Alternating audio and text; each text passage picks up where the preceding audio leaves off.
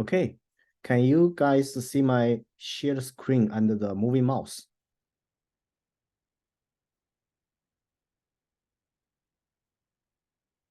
Can you guys hear me? Yes, I can see it. Yep, we hear you. Excellent. Okay, so today we will continue to talk about the exciting ray optics. Okay, and then if we get time, we will also expand our scope to see the wave optics. Okay, so let's get started. In terms of logistics, they are the same as before. We have one more invited lecture on December 1st, and then we have scheduled your final presentation at December 4th and December 6th. So these 2 days, and follow the previous sequence of the 8 groups. Okay, and then you will give an updated presentation. I have given comments to many groups already for you to revise your presentation, revise your project. So if you need more help, please let me know. I'm very, very happy to help you to improve them further. I hope you can learn from the process, how to develop a project, how to find a unique angle to look at your science, and how to find the new references, new resources for your project. Okay, so feel free to let me know if you need me to recommend your proposal, recommend your project. Okay. Okay, good. So let's get started on today's material. In terms of your proposal, actually, there's another paper just published recently in our group. So this paper is a review paper. Do you guys see my screen? Yes. Yeah, okay. Yep. So I sent the link to you guys on the canvas already. So here, you can use that link to access this paper. This is a review paper talk about the biophysics in the tumor growth and the tumor progression. What you can find important thing is this paper summarizes very relevant, very important subtopics in the tumor biophysics, and then connect the materials together, and then provide people not only the review of existing literature, but also provide people the new insight, new ideas that it can be done in the next 10 to 30 years. Okay, so I think this can be a good example for you when you write your proposal, write your final report. You want to make the description of your project really contains both rich knowledge, but also broad vision. Okay, so your topics are not necessary to be the tumor mechanics, but the style, the sprint of this paper can be useful for you. So I put it here, and hopefully they can help you to improve your project better. Okay. Okay, so let's continue our our discussion on the optics. So in last lecture, we talked about reflection index. We talked about TIRF, right? So here is the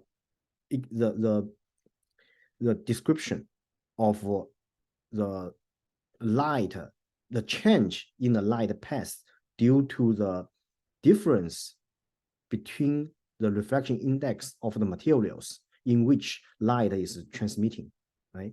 So in last lecture, we have said that when the light goes through the interface of two materials that have different refractive index, light will change their direction, and then the light tended to bend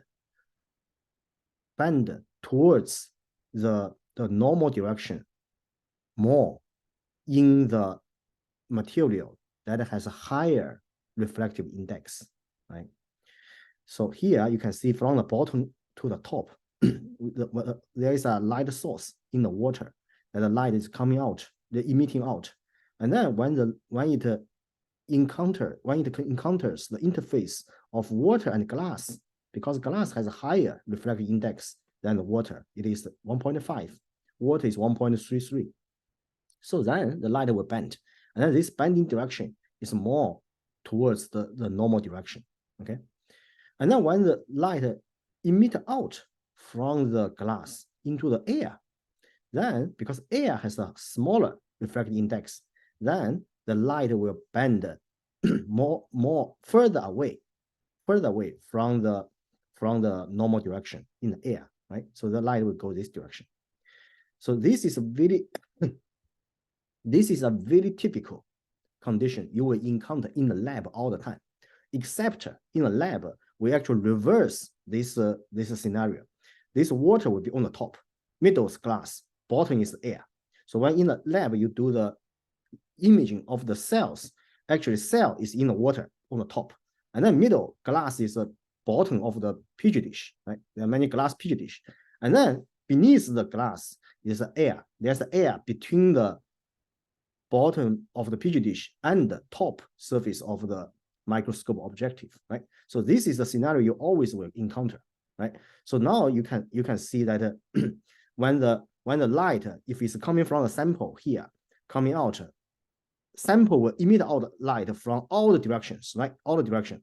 But if only the light that is coming out at this angle, you see, at the angle here, and then coming here, and then coming out of the air, those light potentially can be observed by the objective that is exposed in the air. Other light that has a larger angle, like for example this one, they actually already encounter the total, they already experience the total internal reflection. The light will go back. Light will go back now. Okay, so this light will never be captured by the objective, right? You guys follow me? Do you follow me? Yep. Yeah. So that's why this is the image information we lose. We will lose this information, unfortunately. Okay, this is not good. We lose this information.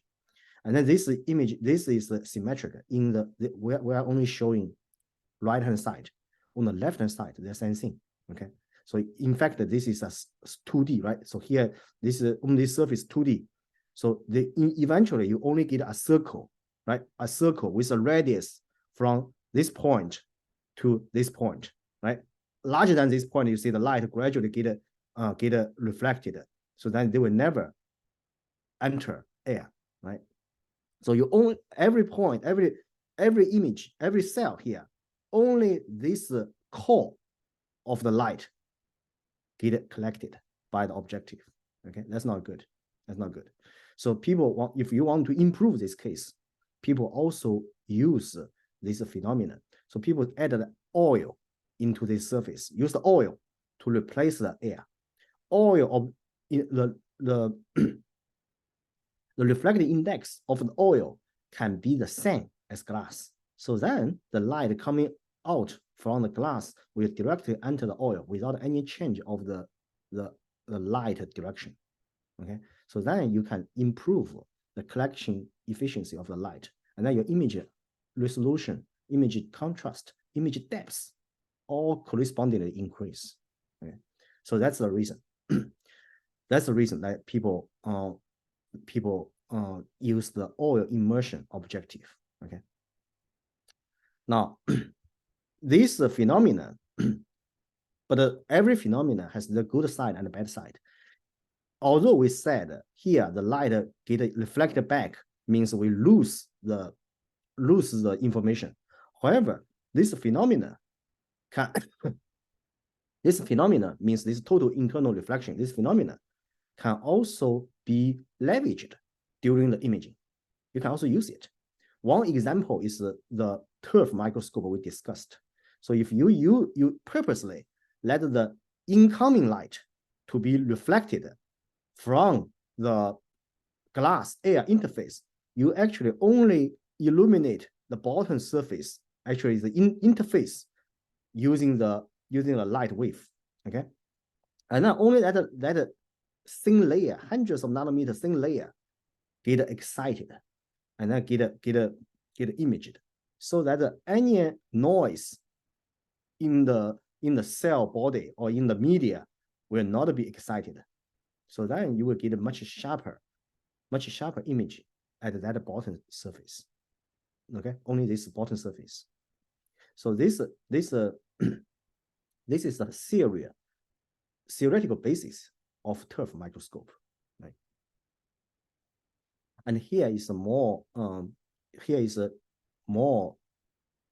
detailed image, as I explained. Here you see, if you have objective upwards, it's the same as I talked earlier. Now, if you add oil to one side and then leave another side without the filling of the oil, then the left-hand side, you see the light will not bend. So then they will be collected by the objective.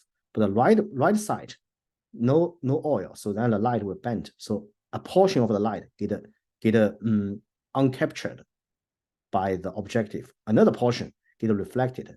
They are even not able to get into the air, right?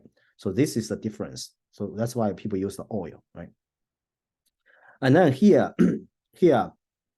in order for us to get to ensure we can get the light sufficiently from the sample, the cell, only adding the oil is necessary but not sufficient.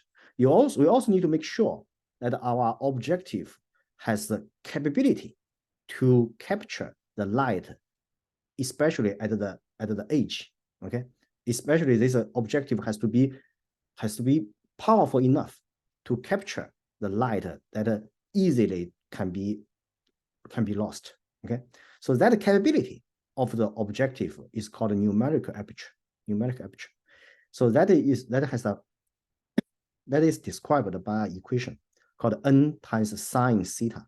This n, do you guys see my mouse? Do you see my mouse? Yes. Yep. Yeah. Okay. Follow my mouse. Okay. Let me use the cursor. This might be better. Yeah. So this n is the refractive index of the material between objective and the glass cover slide. If it's oil, then it's larger than 1.33. It can be close to glass, can be 1.5, right? If it's air, then it's only about 1.00. Okay, so this n is important. Larger n, you have a larger numerical aperture, means this objective has a larger or bigger capability to collect light. Okay, another parameter is theta. This is a half angle of this angle. It's actually half angle of this core. Okay, when I talk about this core, this is a 3D core, right? And I cut a surface, in the middle. So then you will see the theta is actually this angle. So you can see here, these two examples of numerical aperture. On the left, oh, by the way, this is theta. Okay, half angle is theta. On the left-hand side, this objective has a smaller numerical aperture. So you see the light is much sharper, much narrower, right? The core is much narrower. Span of the core is smaller. On the right-hand side, in contrast, the core is wider, is fatter, right? Fatter. This actually is preferred because this angle is larger. So then sine theta is larger, right? Even both of them, you can add oil. Then that only ensure n is the same, but the capability of this objective also is determined by this theta. Okay, so that theta actually determined by many things, by the size of the lens inside the objective, and then the opening here. In many cases, the manufacturer like Zeiss, Nikon, Olympus, they actually make this opening to be not large enough, because that making all those aperture takes the resources. Okay, so they always make that not that large enough. So then that will limit the angle theta. Okay, only for some objective that are very specialized, they can make this opening larger, so that the numerical aperture is larger, and then we can use that to see very high resolution images, very high resolution images. Okay, so this is the NA. This is the important parameter for any objective. When when you buy them from the company, usually you need to, this is the first thing you will look into their specific sheets. Okay, this number should be larger, so that you can get the most out of from the samples. Yeah. I have a question. Yeah, please. So what would happen to the image if the light is not, like, if it's escaping and not fully on the objective? Excellent. Let me repeat your question if I understand you correctly. What you mean is if this light is not collected, what we will see in the sample compared to if we have the light collected, right? Exactly, yeah. Excellent. This is the excellent question. This question the answer can be better understood when you think about the light in terms of wave optics. So let me tell you why. This sample, this sample, it has the fluorescence. So the light coming out from this sample is actually going all direction, right? It's 4 pi, all direction. But only a portion of the light, you see the maximum is here. This portion. And then here on the right hand side, if you add the oil, you get this one doubled, right? So the maximum of the light that you can collect from this subject is actually this cone. All the light here, they are lost, right? Right. Yeah. If we can collect all the light, 4 pi, all the light, and then we concentrate those light into our camera chip or into our eyes, into our retina eyes, then we get 1-to-1 mapping, one object to one object, exactly the same size. Perfect. But because this practical limitation, at most we can get this 180 degree. At most, we even cannot get 180 degree, right? If you increase this angle to the most, you 180 degree, but you cannot get a 360 degree, right? This one is lost. You get lost. Now, if you only collect part of this light, and then you concentrate that into your camera chip, into your retina, you actually get those light are coming out like wave. They interfere with each other in a non-perfect way. So then the wave, some part of wave interfere with each other very well, can re-image the sample. Some other of them, they cannot interfere with each other that well because they lose their counterpart. Some of them supposed to interfere with them are not collected by the objective, so they are not there. Those not there, those missing piece will show like many fringes. In fact, it's here. If you see this one, you see here, if I have a sample, a point source, only I have point source, this source, only this coil of the light from this point source get collected by the objective. Then I have what I collected in the camera chip is actually this kind of shaped in terms of the intensity. Okay, you will have the center part almost like a point, but it's bigger, much wider. And then on the edge, you have many rings. This rings is due to the wave of the light that collected in this core, but they are missing their counterpart, other part of the wave that can interfere correctly with them. Those are missing. So then in the microscope, in the camera, you see this kind of, this is the image you find. You will think this one is the sample, but in fact, it's only part of the sample, right? Now, right. If we wanted to improve it better, then we try to make the numerical aperture to be larger and larger. Now you go to it even larger. Then this point, you can see that this point becomes sharper now, becomes thinner now, because this is the point source. And then you can see the ring is smaller now. Okay. Then you increase even further. Now it becomes much sharper. And then you have even smaller rings. But you cannot get rid of all the rings because you always lose the later half, and always lose the bottom half, and even the top half you cannot get a 180 degree, right? So this is the maximum you can get in the optical microscope to use the best optical objective, best. So Then you need to, if you want to improve it, people develop different ways. You can put another this objective at the bottom. So you have two, mirror this one. You have another one at the bottom to collect the bottom half. You can do that. But then it still cannot get to 360 degree because some of them always get lost, get lost. Okay. And also, if you put another objective here at the bottom, so two objectives close to each other, you will only they only will work when these two objectives are very, very close. The surface is very, very close. So then you can only use that to image something very small.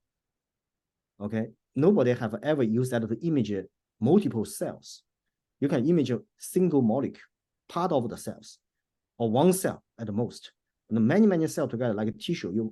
If I want to image a small tumor, or I want to image a small vasculature, then you cannot put the sample in between two objectives that are put very close by, right? So that's a limitation. Okay, very good question. Very good question. Did I answer your question?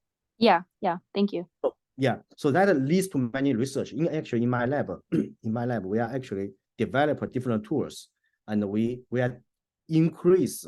We want to engineer in different ways to make those practical limitation, those barrier to be overcome by new ways.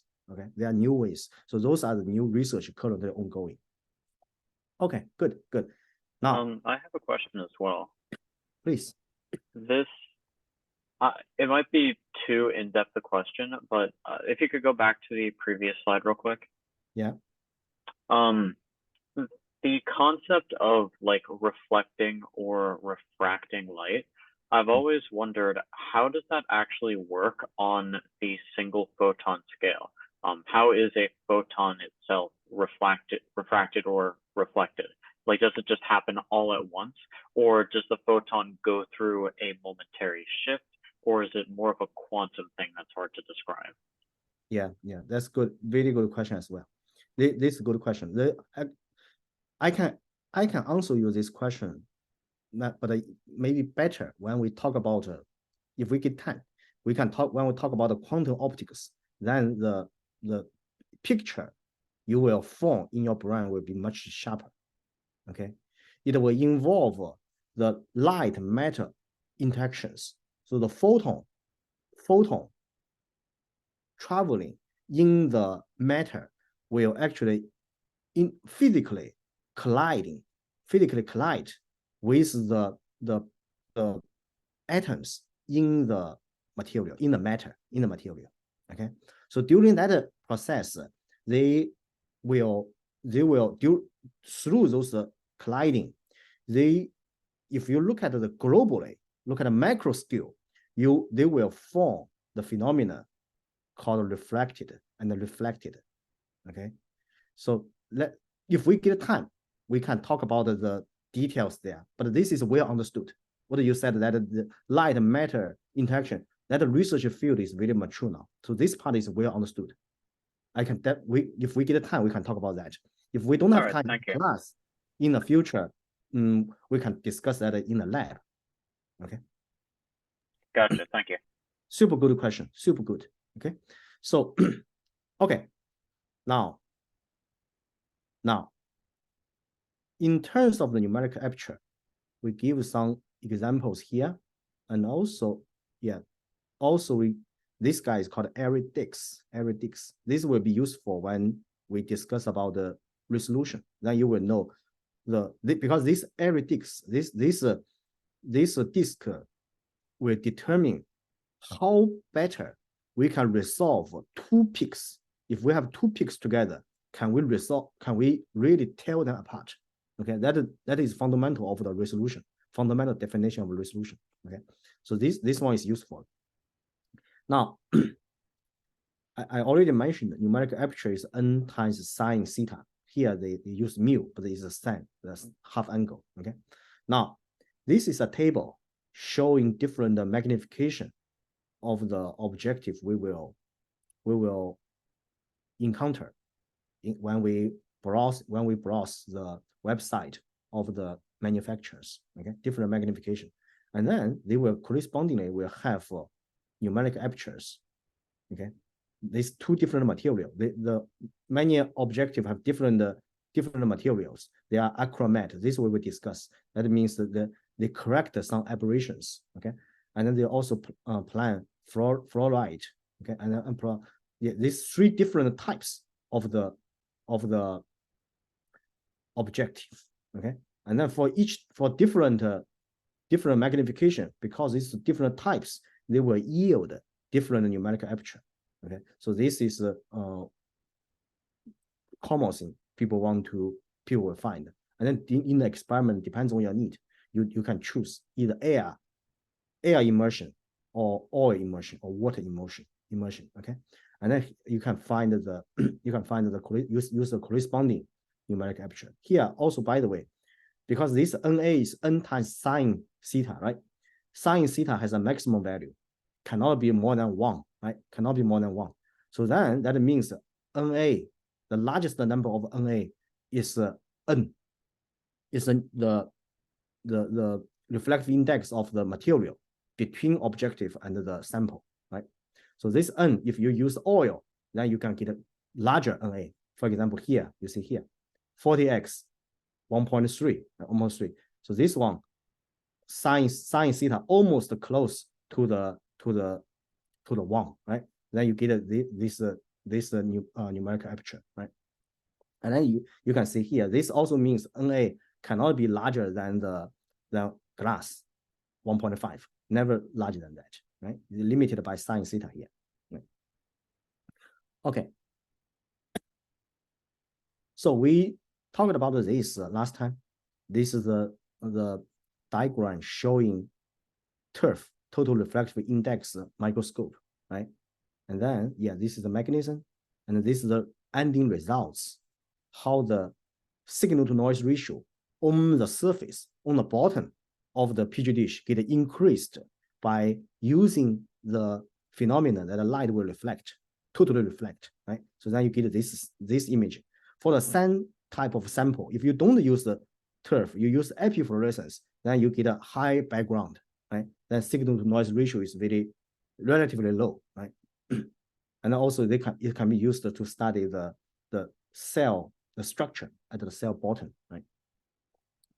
Now, the reflective index induced phenomena also can be used in other optical tools.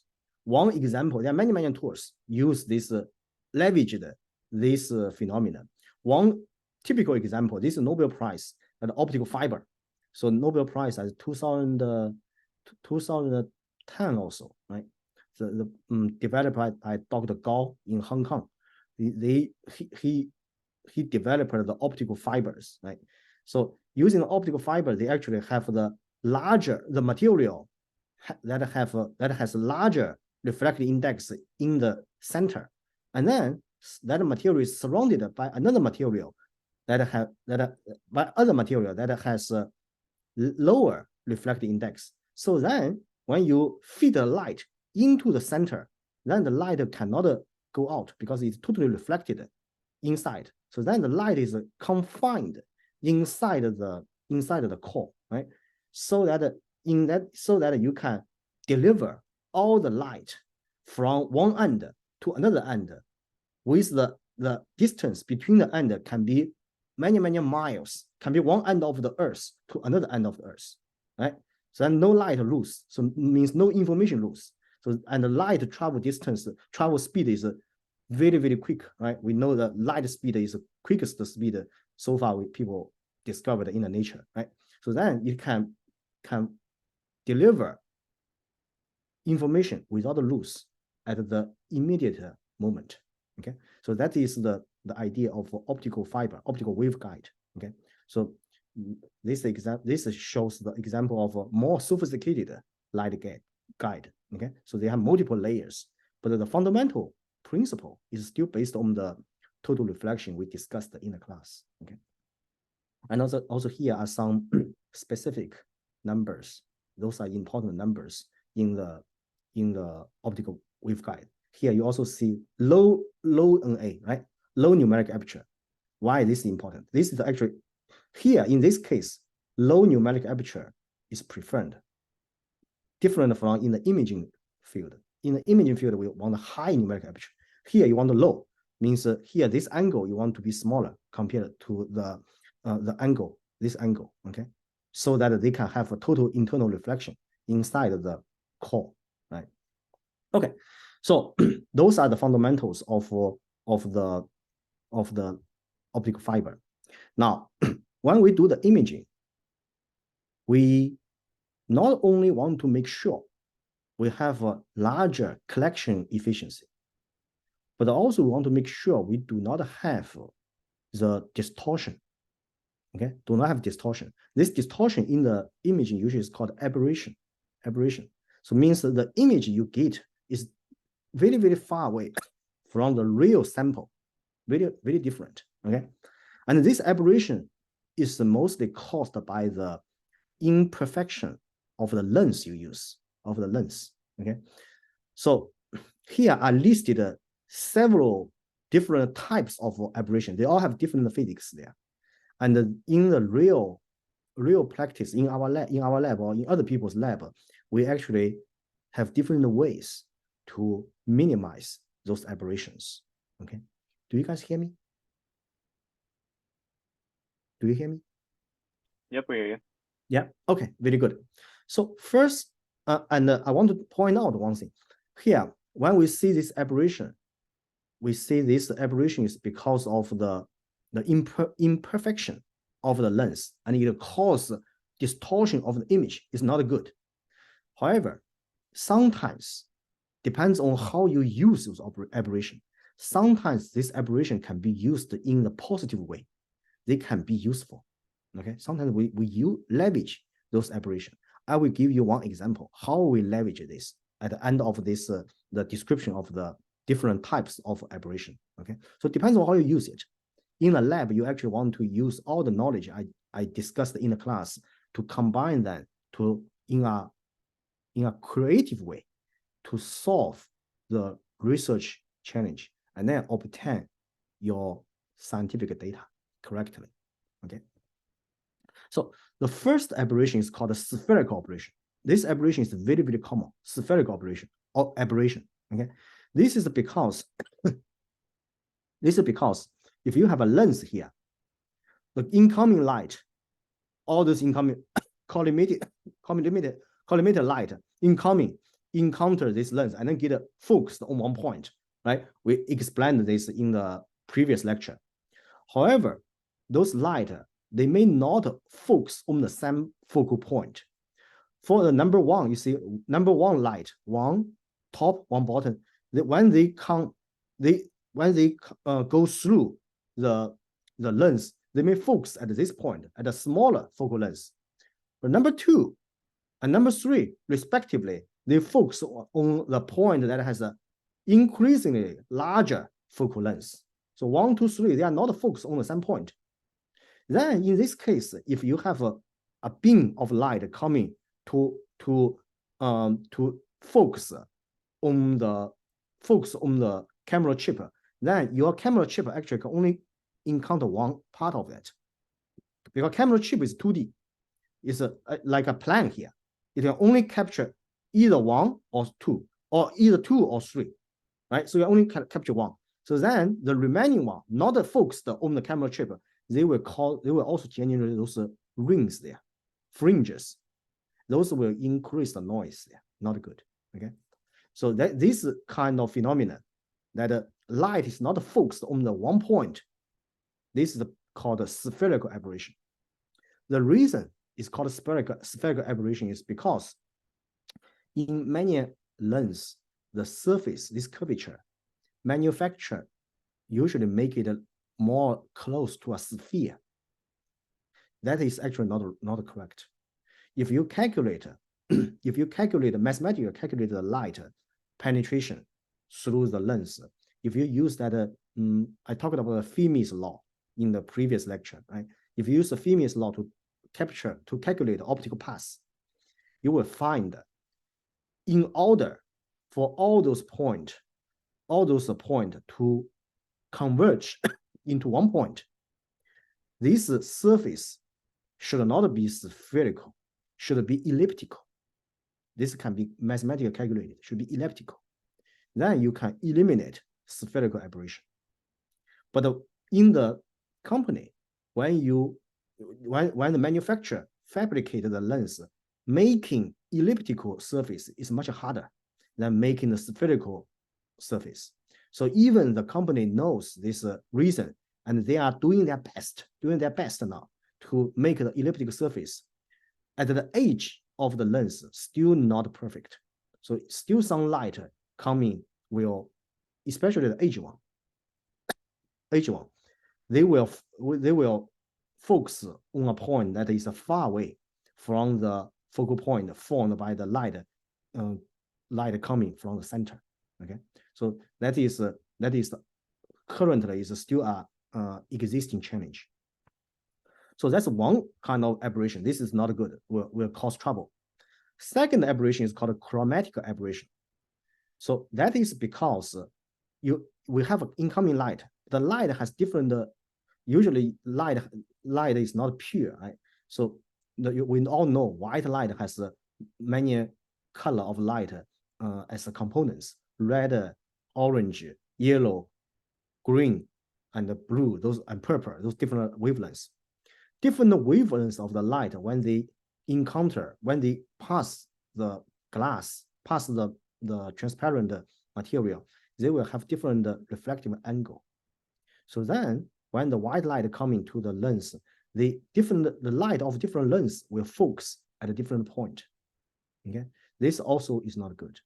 This will make the combination of the light at the back focal point to be incomplete. So that's not good. Okay, remember in the previous slides, I said some objective called achromatic, right?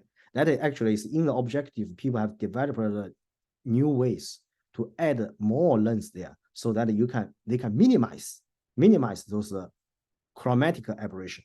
Okay, that's called achromatic. So when you choose objective, you should choose that kind of objective. So that's the second one, second aberration. Yeah. Okay. Yes, this is a typical objective. Third one is called curvature aberration. So that is because that is because the inherent shape of the lens, a plane objective, the light going through the objective will not image into a plane image. It will have a curvature. That inherent also is because not all the light coming from the object is can arrive at this position. So you lose many light that cannot interfere with those collected light effectively. So then we actually get a curved image. Okay, that also causes the trouble to the research. This is third one. Here, in fact, this is one example of our eyes. This is our eyes. In fact, our eyes, we also have a lens that is called cross-Sterling lens. Okay, our eyes is not by engineers. It's designed by the nature. In fact, our light is very good. Our eyes is very good. Our eyes actually can make the plane object to be plane, and then curve the object to be curved, those controlled by the muscles, and then we can form very nice image in the retina. Okay, so this is very good. So the curvature aberration is not existing in our healthy eyes. Okay. Now number 4, yeah. Oh, by the way, in the beings, they have many of those lenses. Actually, they have many lenses, and then collectively they will form the images.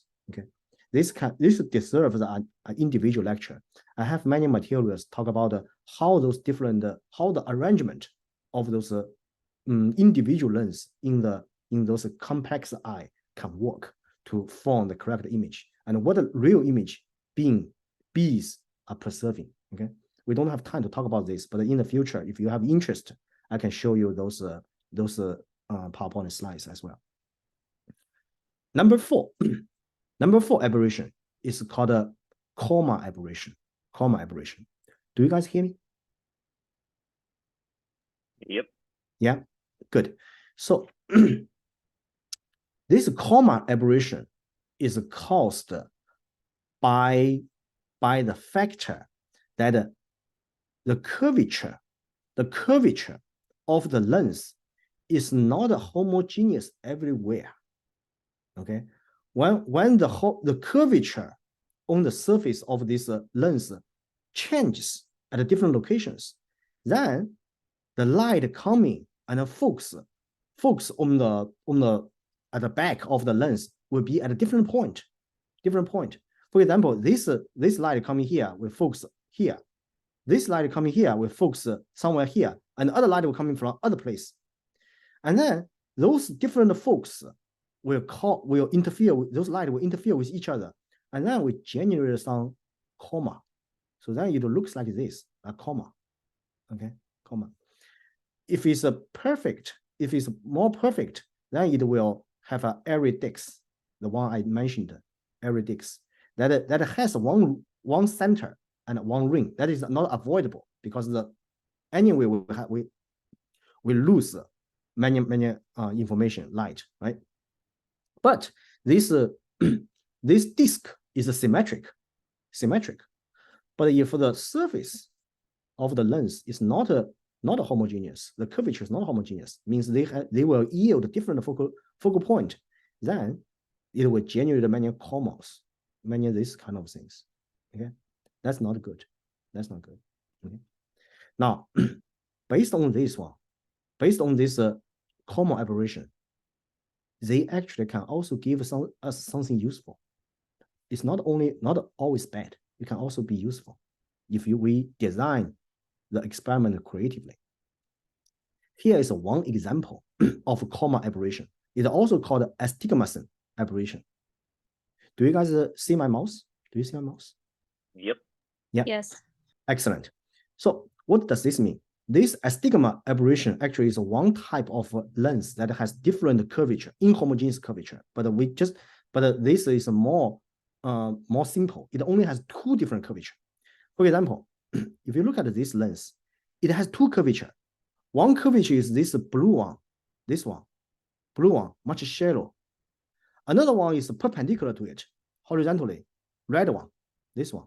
Okay, you have these 2. So this lens has 2 different curvature, inhomogeneous curvature, but this inhomogeneity contains 2 curvatures. Okay, in the previous one, they may contain more than 2, but to be simple, only 2. And these 2 curvature perpendicular to each other. Okay, if this is the case, what will happen when the light goes through it? Now, imagine we have a point source, the light coming out. If the light follow, so light coming out as a core. If the light coming out, like this blue line coming out, they experience, so this blue one experience this blue curvature, they will focus here. Will focus here. Okay, focus S1. But in the same time, the light also has a horizontal component. Then they will experience this horizontal one. Then they will focus at this point, T1. They will focus at this point, right? So one horizontally, light will focus here. Vertically, light will focus here. Okay.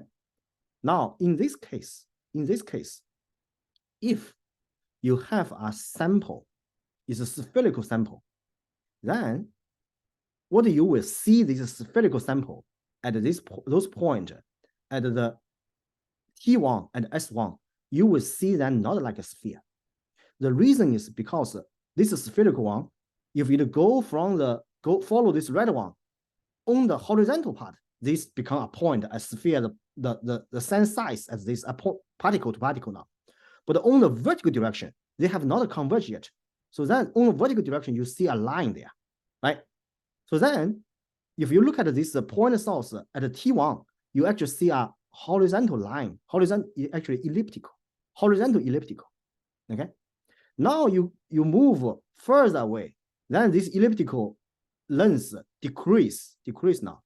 But the horizontal increase, then gradually they become a sphere, much larger sphere, symmetric sphere. And then you even go further, go to the S1. Then at that point, vertical part shrink to 0, shrink to the point. Horizontal part, now horizontal part expand now. So then you will still see an elliptical, except that the elliptical is horizontally positioned. You rotate this vertical one 90 degree, become horizontal one, right? Horizontal one. So this is a phenomena caused by this kind of optical lens. So in this case, if you only only in the real life, you actually encounter this many times. If you drive on the highway, the glass in your car, in the front car, in sometimes if you have the water there, right? If raining, then the curvature on the glass will be different. Then you will see the backlight from the other bus in front of you. The light becomes this distorted, right? Because it's distorted. This is because of the astigma of this. Okay, but if you remove that, make the front glass in your car to be homogeneous, then you will see the point source as a point source. The point source will not be elongated, right? Right? You hear me or not, you guys? I hear you. Yes. Yep, we hear you. This is not good. So this kind of astigma is not good in the real life, not good. However, this can be used for different reasons. This method can be used for different reasons. If when we do the image, if you only focus those points, you will only see a 2D plan. But in reality, in the cell, the point is in the different z direction. You have a 3D cell, okay? If the cell is in a 3D, you wanted to totally image a cell in the microscope. You want to know what's the z position of the cell. What's the z position there? Okay, so then this method, this astigma aberration, provide a method for us to determine what's the z position of the particle in the cell, depending on the orientation and the size of these ellipticals. If the ellipticals change their direction from vertical to horizontal, means the z position change, right? Z position like this change.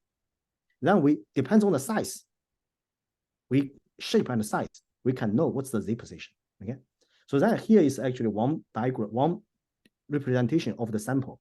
If you have sample here, and then you put a lens that is called a cylindrical lens that has two different curvature, right? One is this curvature on the x direction. This is the curvature is as like a sphere.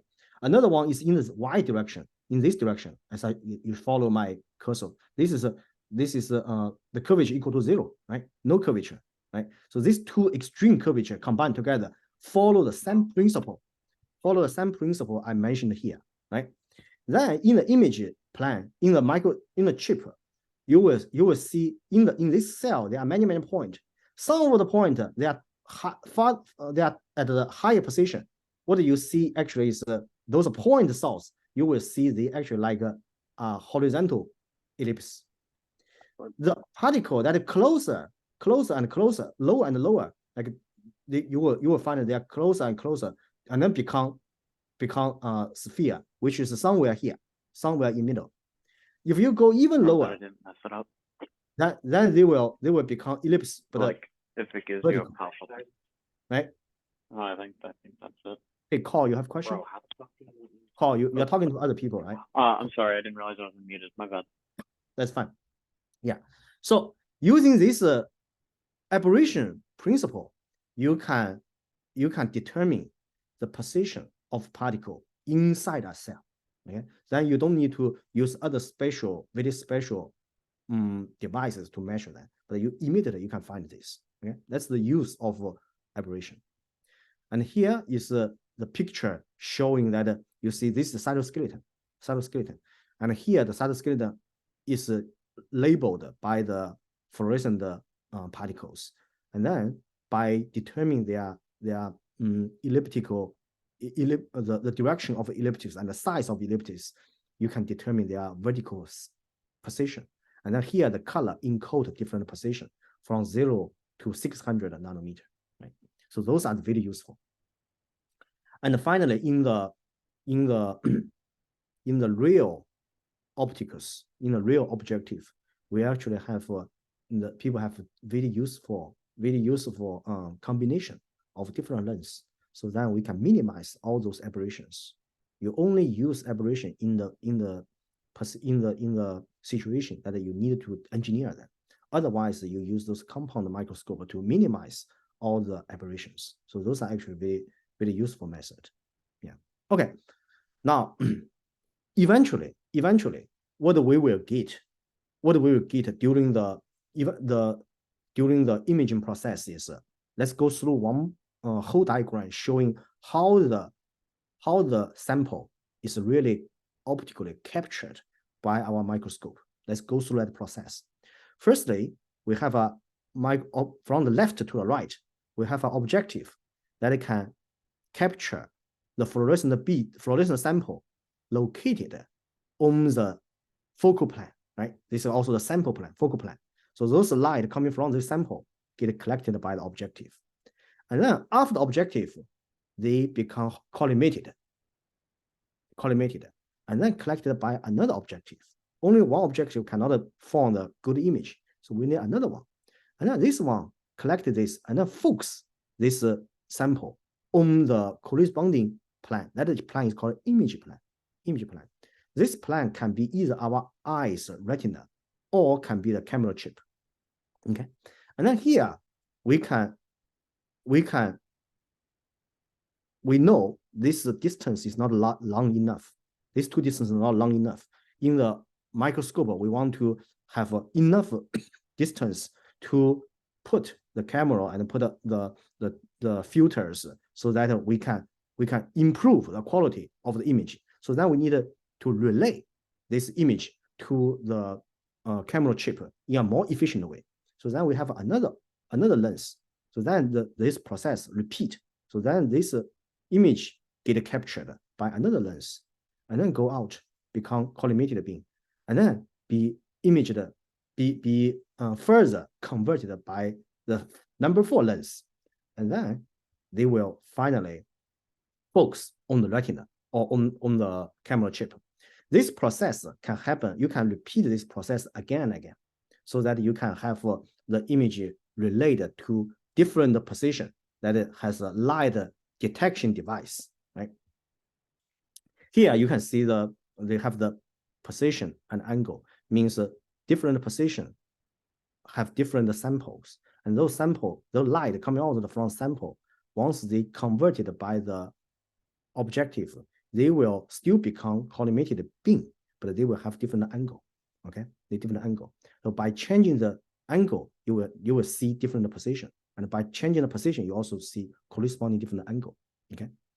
Now, what I show here is a 2D plan. Eventually, it's 2D plan imaged on a 2D plan.